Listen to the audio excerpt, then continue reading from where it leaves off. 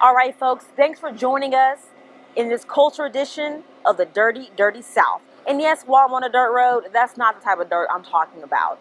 You know, the South is really popular for many Southern comfort dishes like macaroni and cheese, fried this, fried that. But let me tell you, I grew up in the South, and you can't eat healthy. The South was very important in my upbringing and me wanting to be a dietitian. So join us as we dive into some Southern delicacies and see what the South really has to offer. There are some healthy things, I promise you that.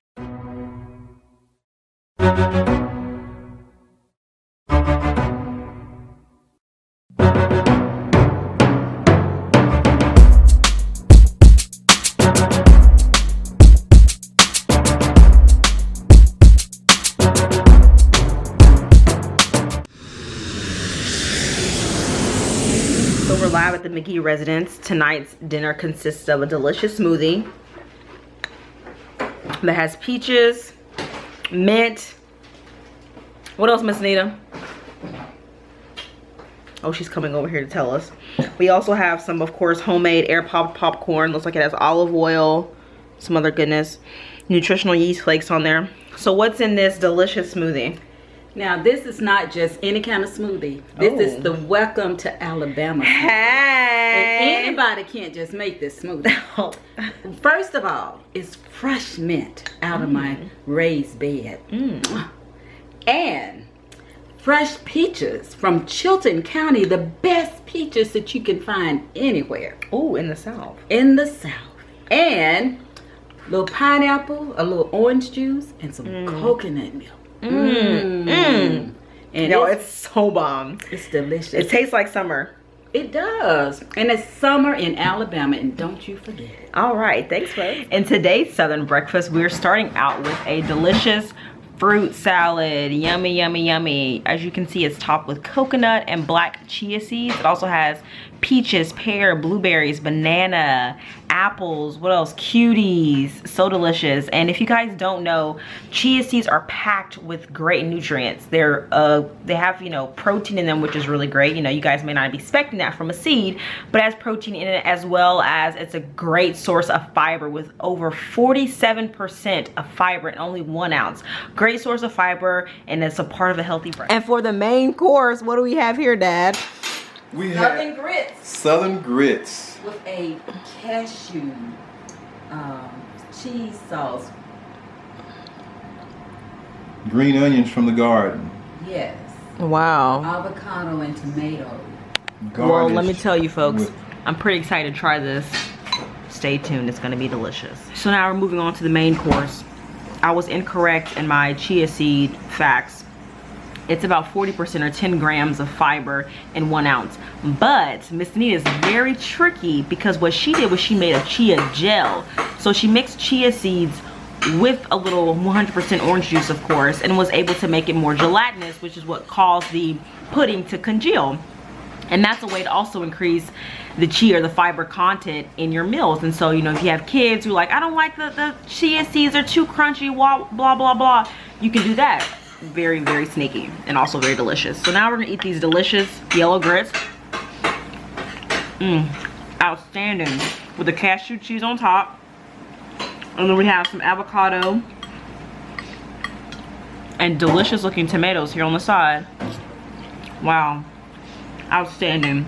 People, you honestly can't go wrong with plant-based. Well-planned meals, you will adequately meet all your nutritional value. Now I'm gonna stop eating while I'm talking while I'm eating. We're over here at Peach Park, and as you can tell, my glasses have fogged up because of the humidity. Welcome to the South, folks. Welcome to the South. See the big old peach? Not just Georgia has peaches, all right?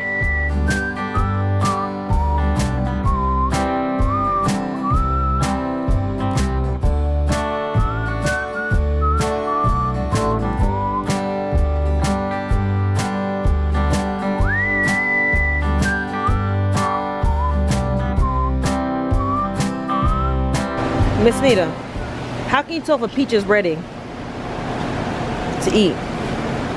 Oh, you look at the color and then you touch it, the softness, just a little, when you touch it, it just kind of gives a little bit. Just a little bit, right? And while not the healthiest of choices, you know, When in the South, do as the Southerners do. Just kidding. So I did come to Peach Park, and we got this fried peach pie. You know, peach, okay, stone fruit. That's kind of healthy, right? And then we got a pecan one. You know, you gotta have your protein in there too, right? I mean, look at that, folks. Looks absolutely delicious.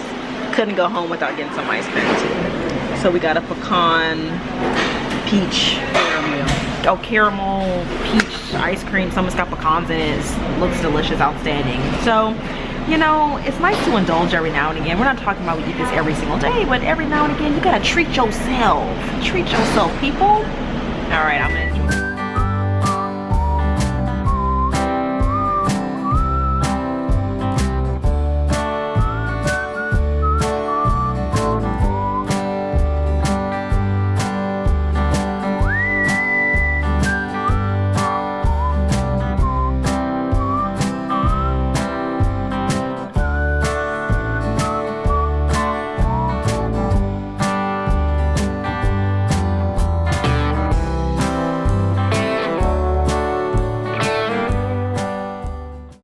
So you may be asking yourself, Morgan, really, is Southern food healthy? Can it really be healthy?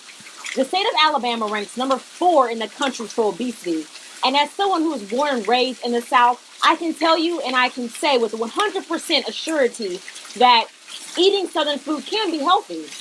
You might have seen some clips of me while I'm here on vacation in the South. Well, not really vacation because it's home. While I'm visiting my home, and you can see some of the plant-based food that I've been able to eat. One key thing when you're considering Southern food is, of course, having half your plate fruits and vegetables, having healthy proteins, and having healthy grains. But you also want to consider the fat content that's in the food that you're consuming. Some of those popular Southern dishes are very high in fat, right? So you want to see what are some healthy ways. Oh, wow, it's storming really bad. Very typical of the South. Show them that. You can show them. It rains all the time, people. It rains all the time.